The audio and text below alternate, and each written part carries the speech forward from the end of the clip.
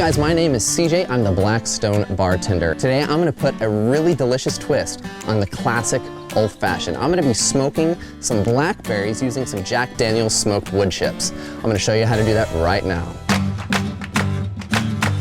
So before we get into our cocktail ingredients, we need to get our griddle top ready. So we're gonna go ahead and put it on high and put some Jack Daniel's wood chips into an aluminum tin. We want that to get screaming hot, so we need to leave it on there for about 15 minutes. You'll know it's ready when you see that billowing smoke.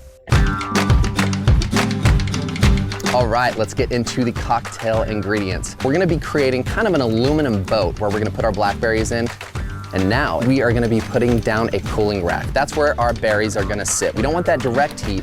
We wanna allow some air to be moving under that so the smoke moves around and really penetrates the berries. Now we're gonna cover those. You can either use a dome, or if you happen to have a lid on your griddle top, we're gonna go ahead and close that now. We're gonna let those smoke for about 10 to 15 minutes or until you see those colors really blooming. And now it's time to get into the cocktail. For this, you're gonna need a shaker and a muddle. Once we add our berries to our shaker, you're going to just press and twist and really break up that meat and get that juice exposed in our muddle in preparation for the other cocktail ingredients. We're gonna be using a rye whiskey. A traditional old-fashioned calls for rye, so that's what we're gonna do. It's only 2 ounces of that rye whiskey, a couple shakes of orange bitters and Angostura bitters, a bar spoon of simple syrup. We're gonna add just a couple pieces of ice.